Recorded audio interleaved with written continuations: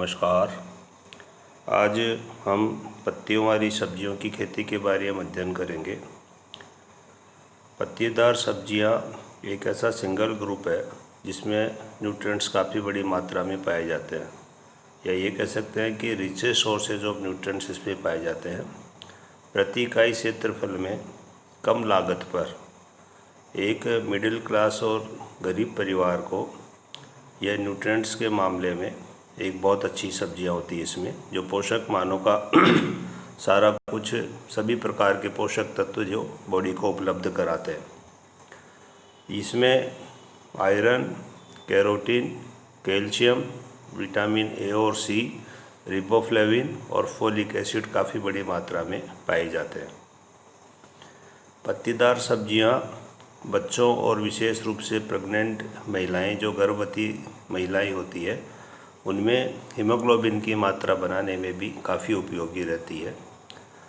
यदि daily consumption of leafy vegetables was found to be useful in the problems of night blindness आदि यानी जो रतौंधी आदि रोग होते हैं उसमें भी यदि हम खाने में पत्ती वाली सब्जियों का प्रयोग करते हैं, पत्तीदार सब्जियों का, तो वो काफ़ी सहयोगी रहती है। लीफी वेजिटेबल्स से हमारी बॉडी को रफेजेज भी सप्लाई करती है डाइट में, जिससे कि हमारा डाइजेशन सिस्टम अच्छा रहता है। लगभग 700 प्रकार की सब्जियां, डिफरेंट काइंड्स ऑफ प्लांट्स है सब्जियां जो पत्तीदार सब्जियों के अंतर्गत कंज्यूम किए जाते हैं या प्रयोग किए जाते हैं।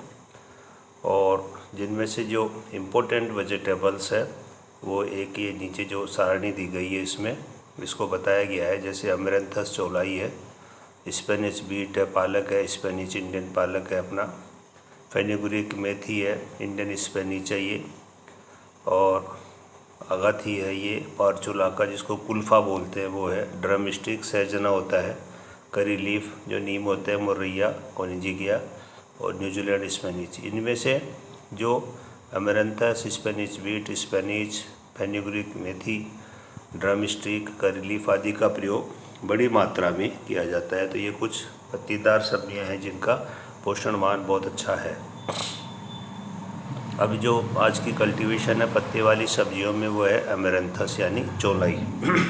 अमेरंथस यानी जिसको बोलते हैं चौलाई, ये समर और रेनी सीजन की यानी ग्रीष्मकाल और वर्षाकालीन फसल है, और रैपिड ग्रोथ क्योंकि rejuvenation after the harvesting yield capacity per unit area is given time and high nutrition value and important characteristics. कम क्षेत्रफल में तेज़ी से ग्रोथ करने के कारण और हार्वेस्टिंग पर जल्दी आने के कारण, उपज अच्छी होने के कारण यह एक अच्छी सब्जी मानी जाती है। इसकी जो कोमल पत्तियां और तने होते हैं इसमें protein, minerals, calcium, iron, folic acid, vitamin A और सी की काफ़ी बड़ी मात्रा पाई जाती है।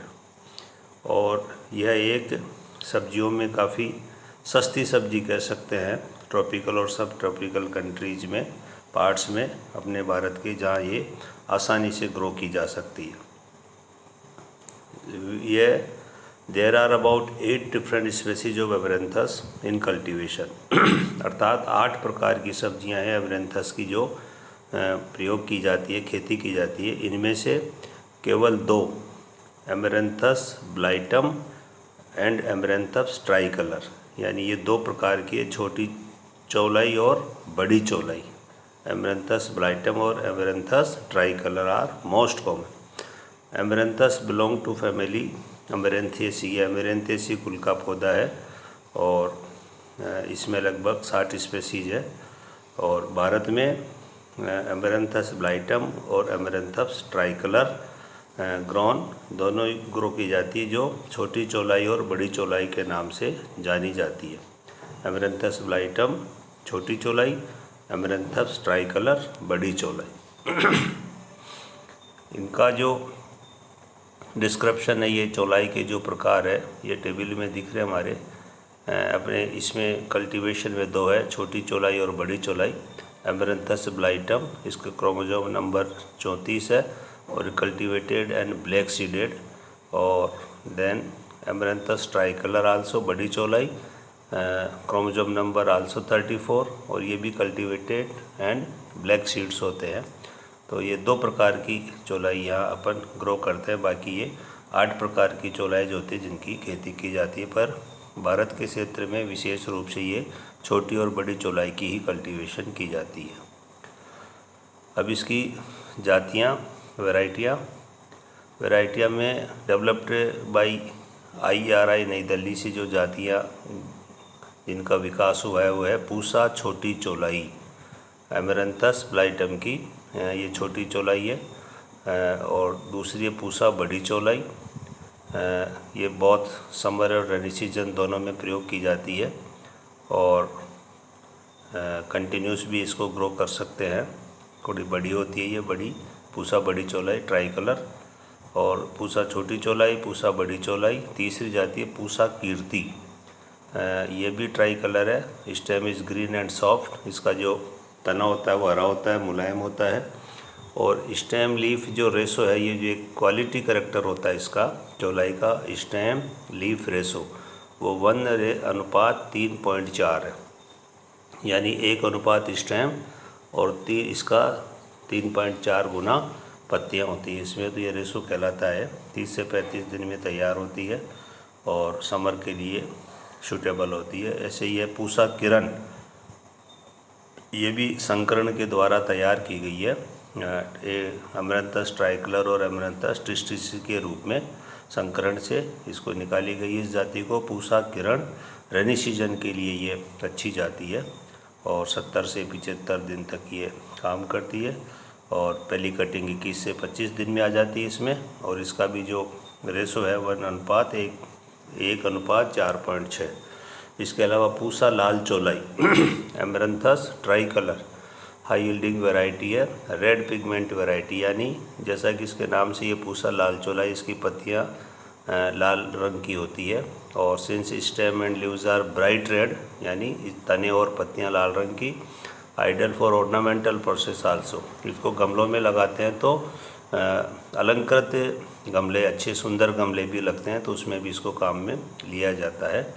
और इसका भी जो स्टेम लीफ रेशो है 1:5, बहुत अच्छा है ये, और ये भी समर और खरीफ सीजन के लिए ये सूटेबल है, और ये भी एक बहुत अच्छी जाती है। ऑन एवरेज यील्ड इसकी 490 से 450 क्विंटल पर हेक्टेयर खरीफ सीजन में।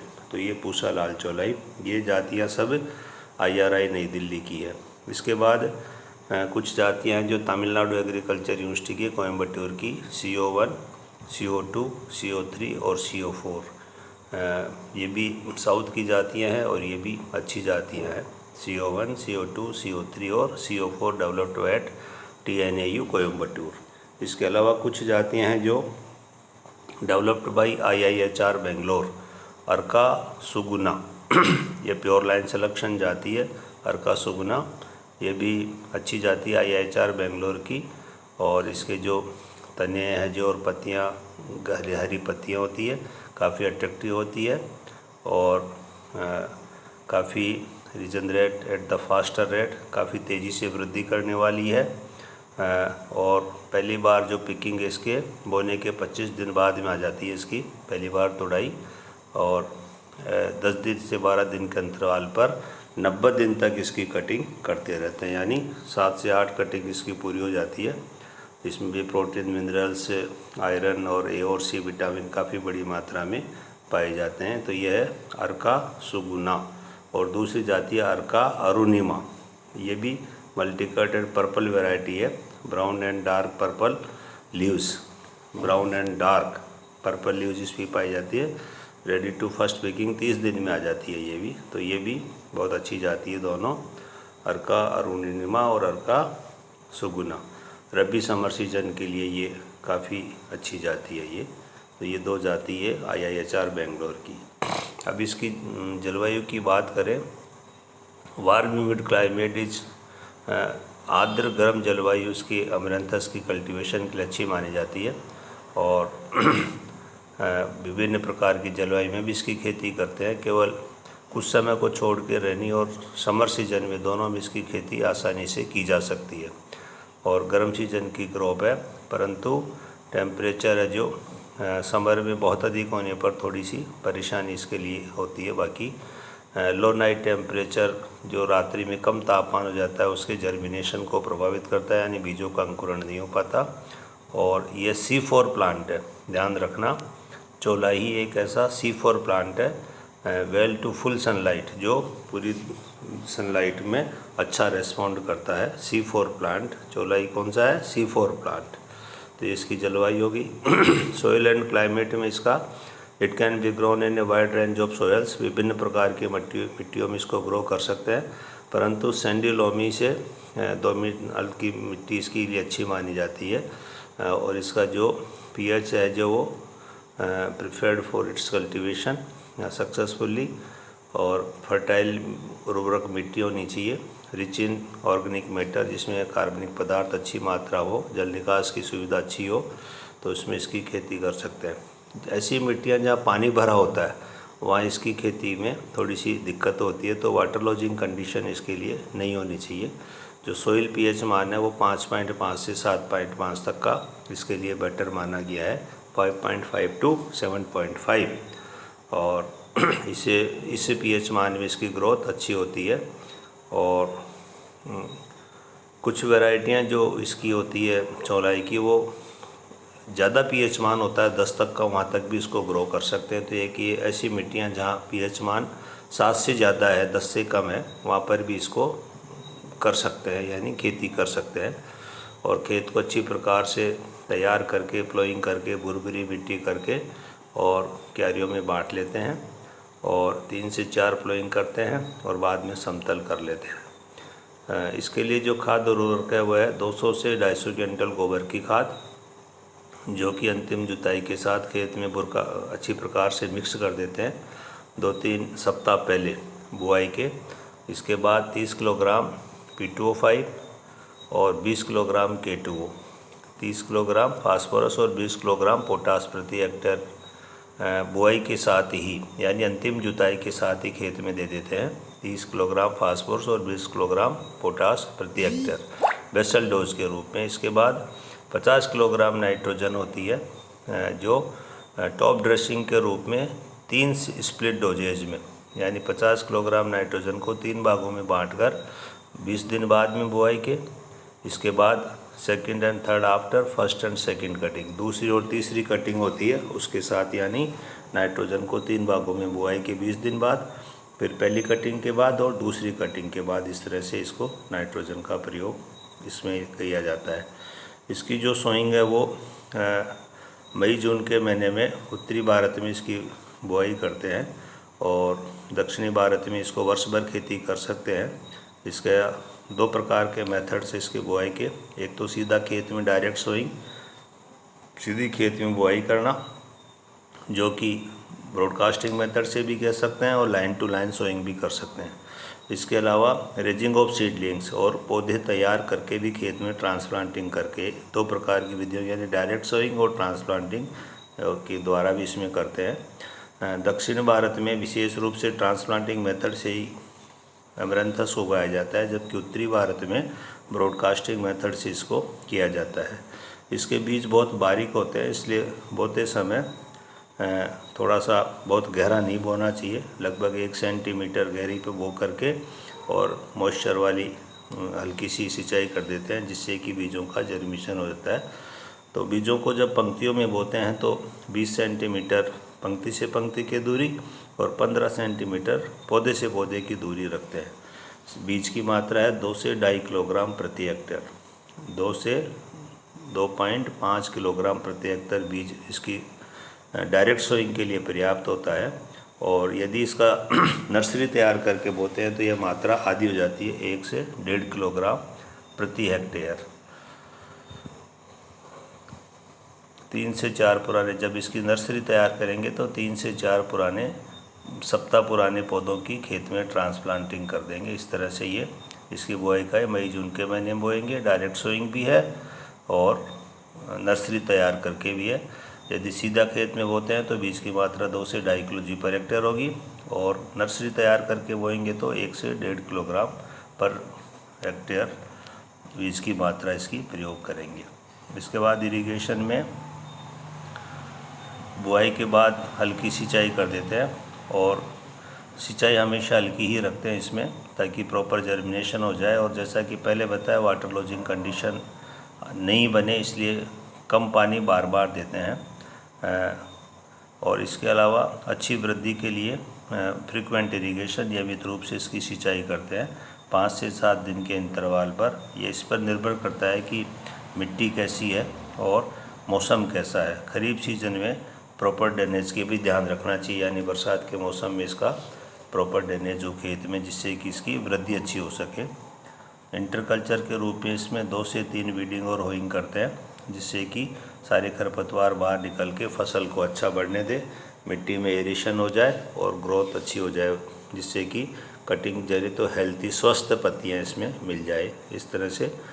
और हार्वेस्टिंग इसकी करेंगे, first cutting of leaves can be taken about 25 to 30 days after sowing. बुआई के 25-30 दिन बाद पहली कटिंग करेंगे और इसके बाद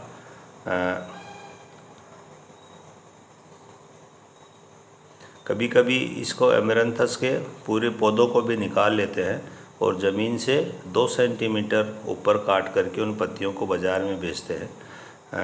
और लगभग 8 से 10 दिन के अंतराल पर इसकी कटिंग करते रहते हैं। और हल्की कटिंग इसकी पत्तियों की काटी जाती है। 6 से 8 कटिंग से इसकी पॉसिबल होती है पूरी क्रॉप ड्यूरेशन में। कई बार ये 6 से 8 के साथ 10 तक भी हो जाती है। और इससे पहले कि फूल आना शुरू हो, इससे पहले ही कटिंग करते हैं। फूल आने के बाद इसका कंजप्शन पत्तियों का नहीं किया जाता है, अनफिट हो जाती है वो।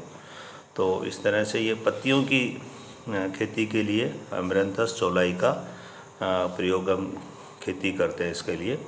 अब जो इसकी यील्ड है वो यील्ड से depend upon the types of cultivars. इसकी जो उपज है वो हमने देखा था जब इसकी जातियाँ थी, उसमें अलग अलग उनका प्रोडक्शन था। तो सामान्य स्थिति में यदि अच्छी प्रैक्टिस हो, मैनेजमेंट अच्छा हो, तो 60 से 80 quintal per hectare fresh leaves can be harvested, ताज़ी पत्तियाँ इससे की जा सकती है।